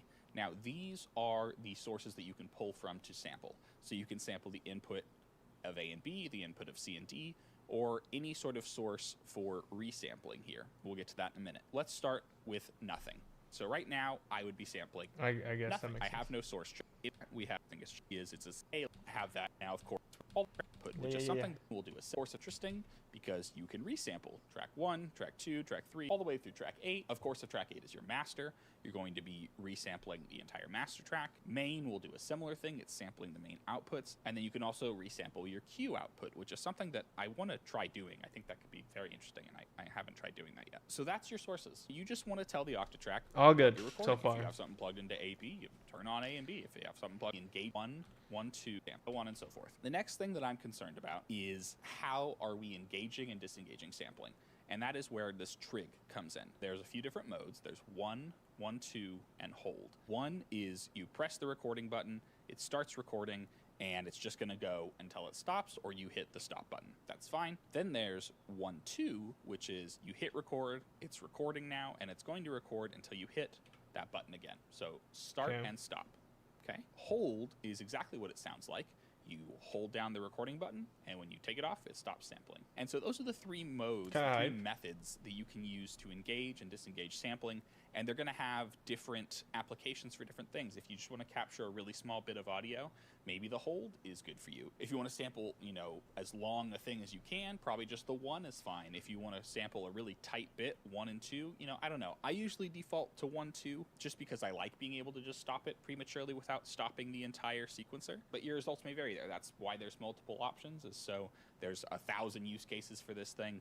Ultimately, it's on to length that it possibly can, which is 16 seconds, though you can, I believe, extend that, but I have never done it because I get scared. People say that there's some RAM memory issues that you can run into there. I don't know. Comment down below. Been a fine amount of time for me. Number of in the main steps. If it's not of sample, start sampling again, right? Loop the sampling, but that's not what it means. So do you want it to loop after it's been sampled? I usually leave it on. It's never really affected me super much. Cool. So that makes a lot of fucking sense. Page, and the first page I already is knew the that big though. One. That's the one you're going to need to get the very basic sampling down. Let's take a quick second, because we've talked a lot and we've talked quickly about a lot of different terms and things. I want to sit back for a second and we're going to do an Okta review, okay? The recording buffers. Recording buffers are containers for our audio. They're assigned to these tracks irrevocably. If I sample into track 1, it's going to be in the recording buffer of track 1, etc. We can then move those samples around wherever we want. 2, we talked about the first recording setup page here. We have our sources, NAB, NCD, or source 3 if we want to resample. We have our recording length, which we can set to a certain number of sequence button your setup is just, you know, you're sampling and press the plus button, or you press the relevant track and the plus button. It's just a one button, because this is a one-time setup with maybe a couple tweaks here and there if you need to. But ultimately, once you've got it set up, that's the hardest part. There kind of is just a one button sample. You just press the plus button, or you press the relevant track and the plus button, and you're sampling and you're doing great, and you're making great music, and I'm so proud of you. So, you know, stick with it. Hang with me here. We only got a little bit more to cover. And by the end of it, dude, you're going to be a sampling king. Be a sampling queen. If you're a non-binary, if you're a they, them like me, you're going to be a royal liege of plunder phonics. My dude, which is non-binary, by the way. Let's talk about the second recording setup page, because you fucking knew there had to be a second recording setup page, right? You knew that.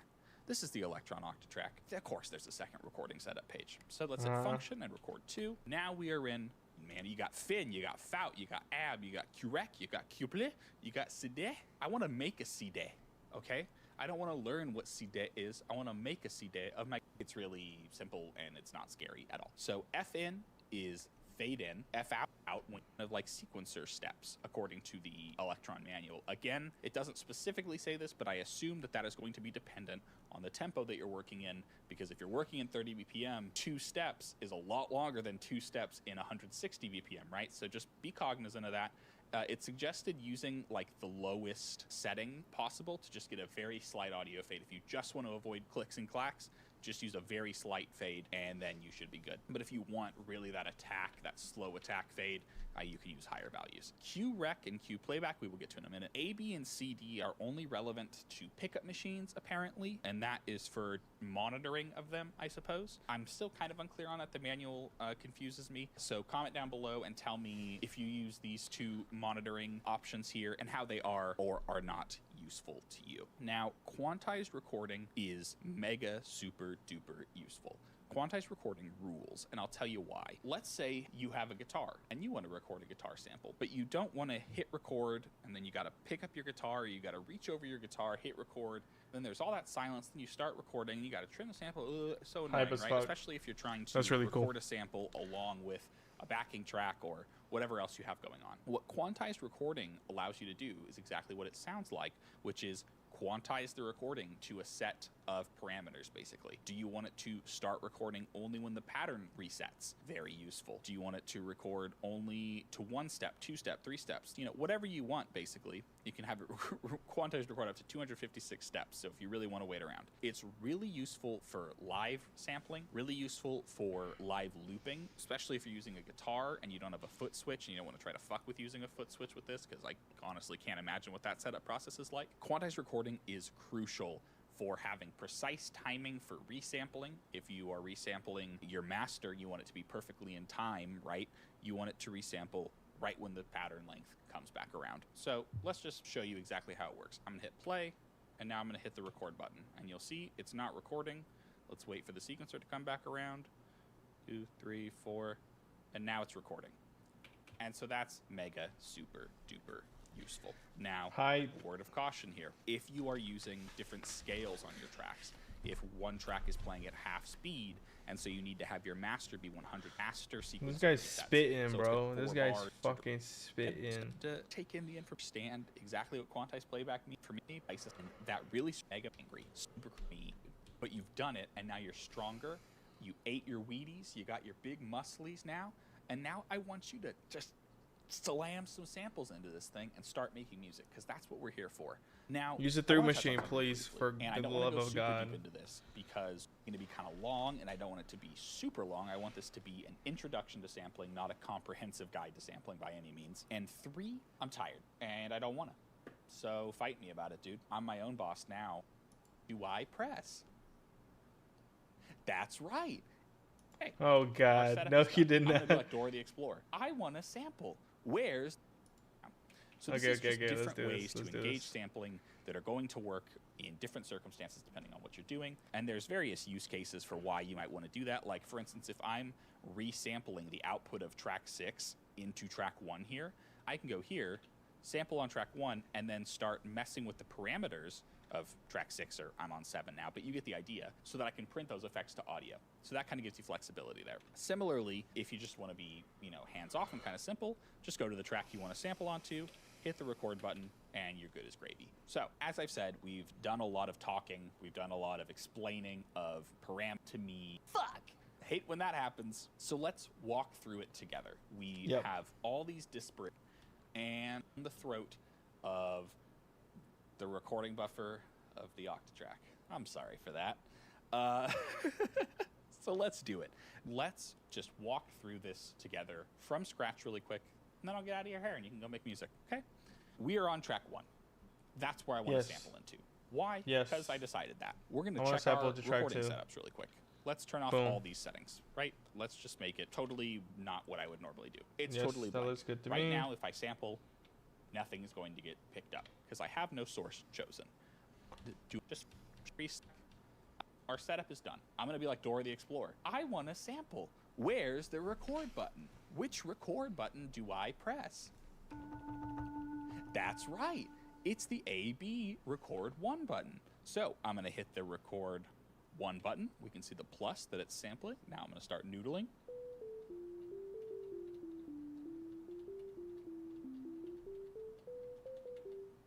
Now I'm going to hit again to stop. Let's go to the audio editor. And there it is. I'm going to trim it a little bit so that we can just hear it.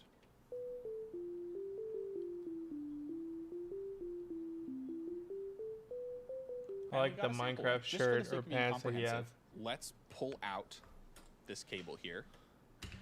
I understand that, bro. I understand. Where's the through? I need a tutorial of move some of these other.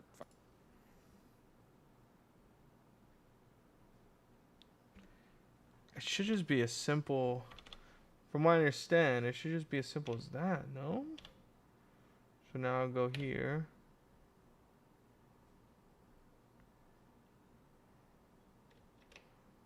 Why is it not as simple as that?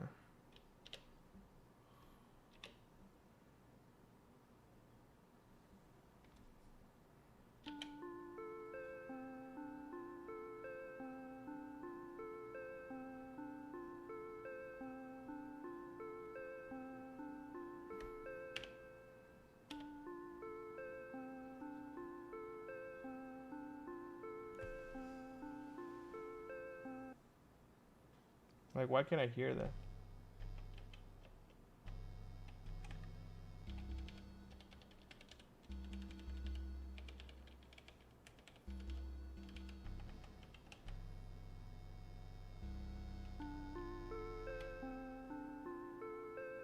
Wait, what the fuck? What the fuck? I got it to work. Wait, it's doing it. It's playing my thing. It's playing. How is it playing my thing?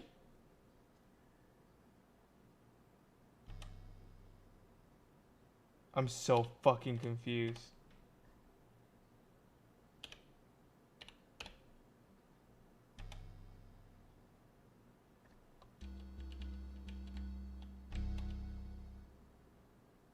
Now it's recording that. I don't want it to record that though. Wait, I'm figuring it out. I'm figuring it out, bro. Okay, okay, let's do it again. Let's do it again. Let's go here. Let's go here. Let's go here. Here. Here. Here. And hit this.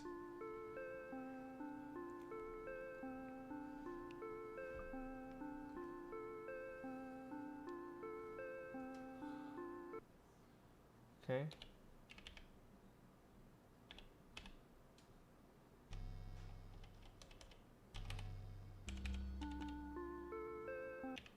Why is it on 10? Mix. Audio editor.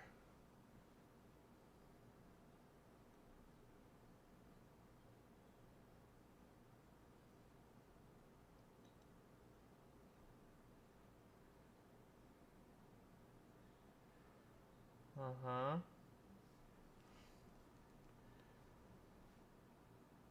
Fucking cables. And let's plug it into C for C and D. Now, what do we need to change? That's right. We need to change. There's no audio. What did I do wrong? Was just me like that? If you are sampling and you're here, we see the audio. B of track 5. Track 5 maybe up reaching over here. So let's come here, come into the audio editor, hit record, stop. Go maps. Have to, it's gone. You will so save your sample, drink some Capri Suns, and have a great time. Let's go to our audio editor, and this video is probably not ready to go up on and continues to. I'm confused of why. Like, what is that?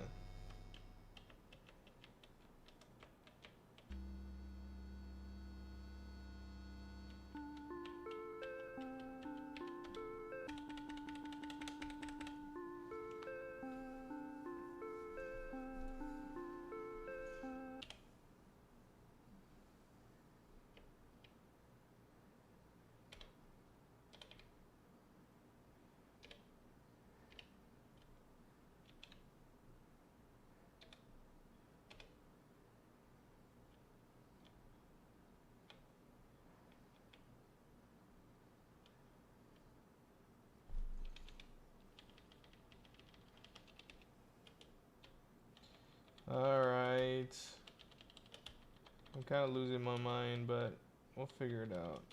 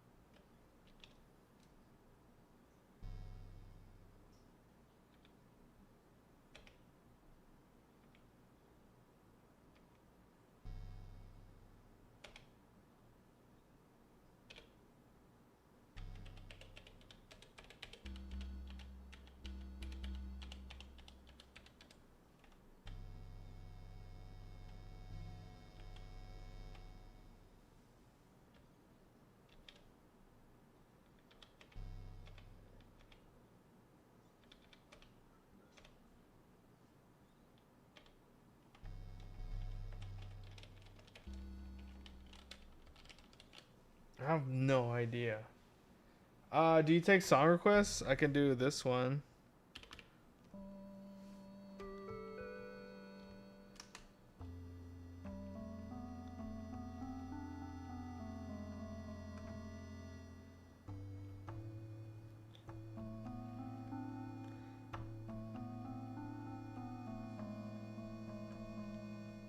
fuck? How does it go?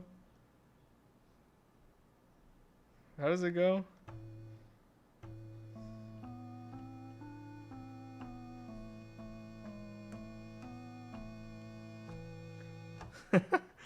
I was fucking around with the piano the other day and I figured that one out for whatever reason.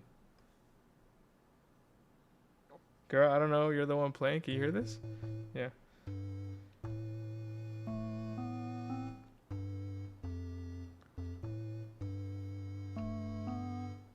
What is it?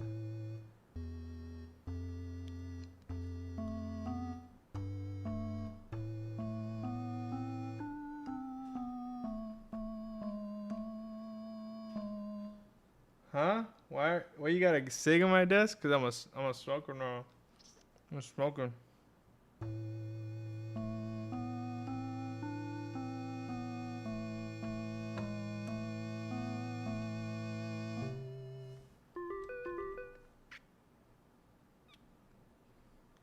Fuck it. I don't know how to sample.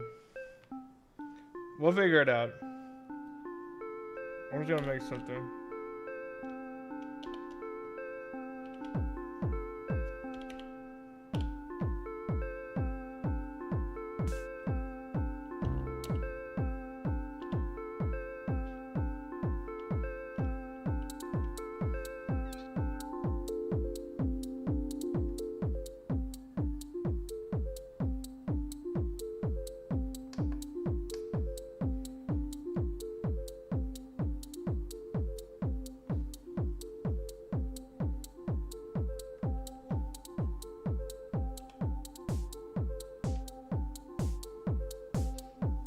Damn. In the apartment, that's fire. Damn. Well, I wish I had my mic set up. It's not an actual cigarette. It's a pencil. That looks like a cigarette. But I thought it was funny.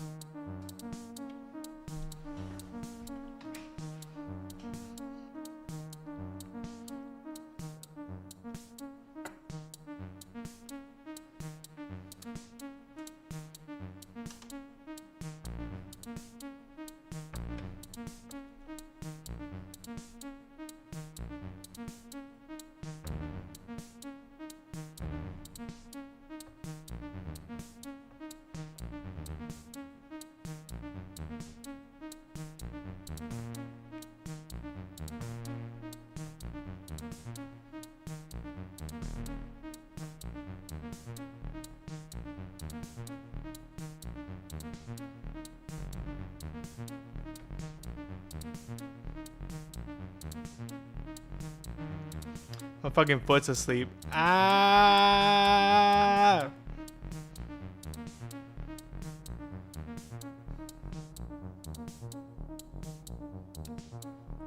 Fuck! Ah, it's like spicy.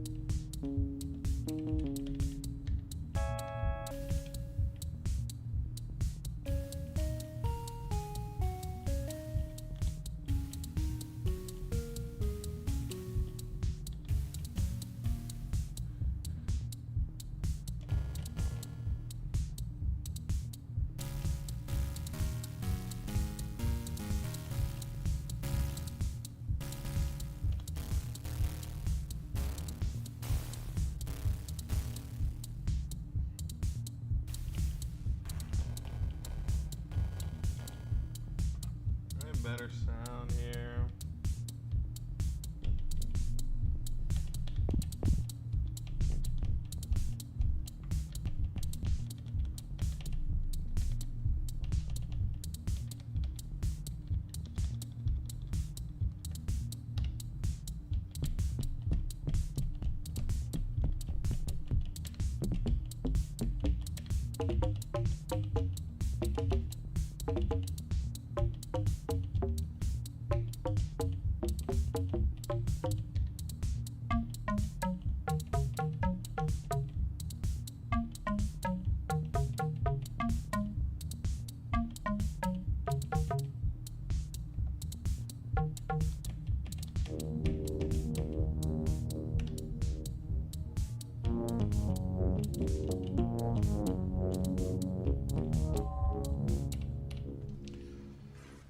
I don't know. I'm tired. It's my bedtime. It's my bedtime. I'm tired. Whatever. All right. I'm going to sleep. What did we learn today? I learned that there's so much more to learn in life. I learned that this device is going to take a lot more to learn. I learned that I should probably not try to use an instrument that I absolutely don't know how to play on the same day I get it on stream, because then I'll just spend the whole stream watching YouTube videos. And yeah, that's about it. That's what I learned today. Good stuff to learn, I guess. All right. Thank you, everyone. Stop by. Squash, Emilius, Mia. I will see y'all when I see y'all. Goodbye. Goodbye, everyone. I'm leaving. Night night. Bye bye.